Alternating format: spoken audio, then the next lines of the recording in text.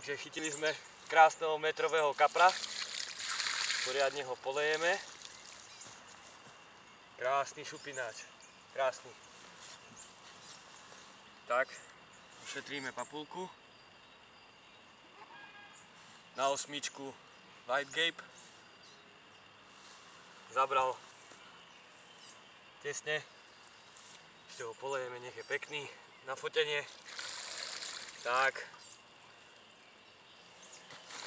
Obrovská ryba, strašne bojovala. Zvolali sme ju. Váha veľmi veľká. Skoro cez meter. Riadne bojovala. Drž ho poriadne. Krásne ako. To bude ako fakt nezabudnutelný úlovok. Viete, krásny šupináč. Cez meter. Ani šupina mu nechybuje. Krása. Dobre. Pustíme ho naspäť do vody.